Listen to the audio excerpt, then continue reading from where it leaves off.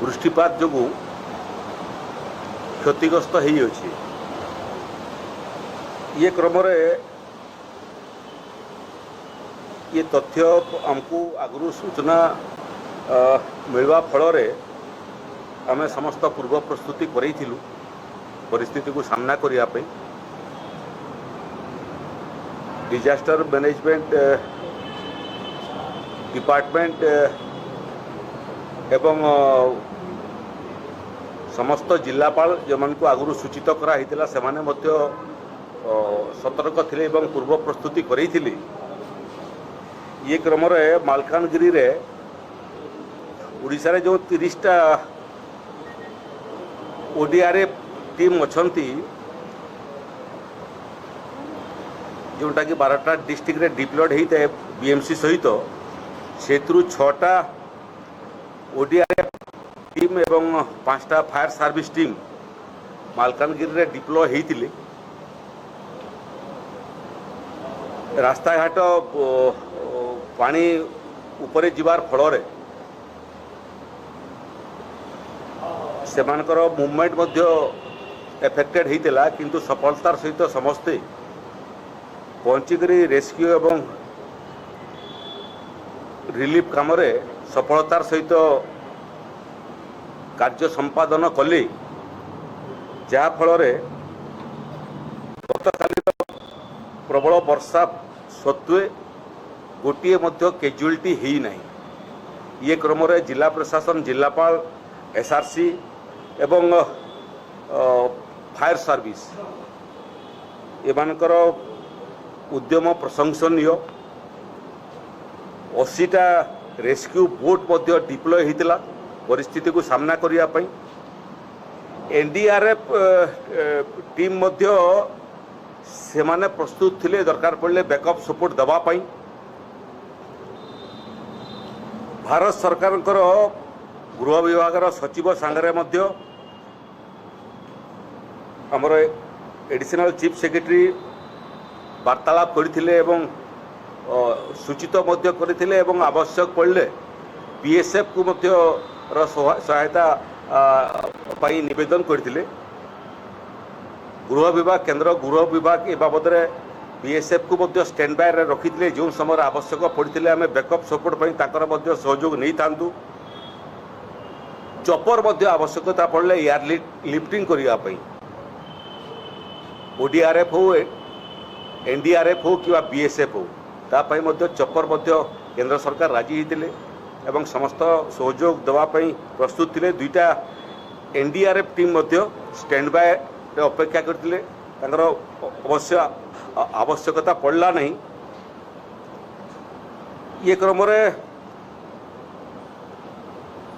मालकानगिरी रे 1700 रु 1800 खंडे लोकों को इवाकुएट करा जाइछि एवं सेमान को रहिबा एवं भोजन रो व्यवस्था कराइछि। पानी पूरा रिलीज हवा पर्यंत से माने रिलीफ सेंटर रे समस्त व्यवस्था भितरे रहिबे।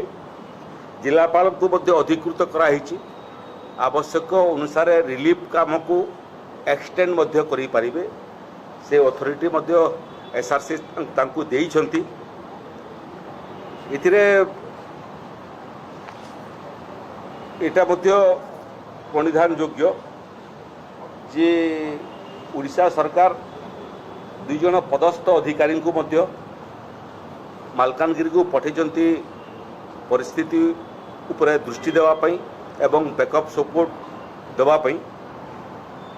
सुधांशु षडंगी जे डायरेक्टर जनरल फायर सर्विसेस से मालकानगिरी रे अवस्थापित अछंती। फायर सर्विस एवं होमगार्ड श्री सुधांशु षडंगी एवं Bishnupada Sethi principal secretary to the government STSC department Shri Charan Jena Meena DIG southern division से अवस्थापित अछंती। जिला प्रशासन ब्लॉक प्रशासन सांगरे निरंतर संपर्क रे अछि एवं राजस्व एवं विपर्य परिचालना विभाग एसआरसी जिला संगे निरंतर संपर्क में अछंती। बन्या परिस्थिति पर जो समस्या तैयारी हुए से राज्य सरकार संपूर्ण प्रस्तुत अछंती, जो आम स्वास्थ्य सेवा जरूरी स्वास्थ्य सेवा को मध्य सेठी सजग रखीचु और सेमाने मध्य कार्य अछंती। जो जो अन्य विभाग सहायतार आवश्यकता अच्छी से सब विभाग मध्य ये काम लगी। गतकाली से क्रम वर्षार परिस्थिति सुधरी, विशेष वर्षा नहीं, 3टा ब्लॉक रे 100 mm रु अधिक वर्षा होती, किंतु बाकी जगह इनक्लूडिंग मालकानगिरी एबे वर्षा कम एवं पानी रिलीज अधिक होची।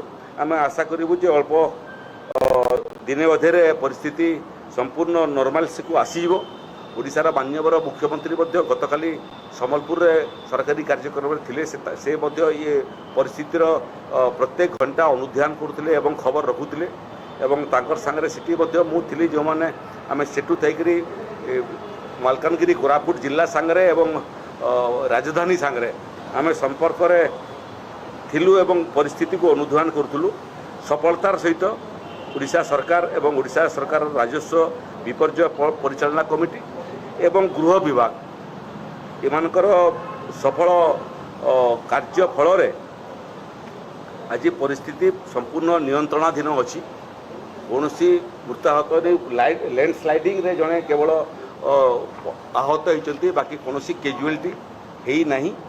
आउ जो माने सब रिलीफ सेंटर अच्छा से संपूर्ण व्यवस्था भोजन ठारू आरंभ कर रहणी ठारू आरंभ कर मेडिकल चेकअप पर्यंत व्यवस्था कराई। आज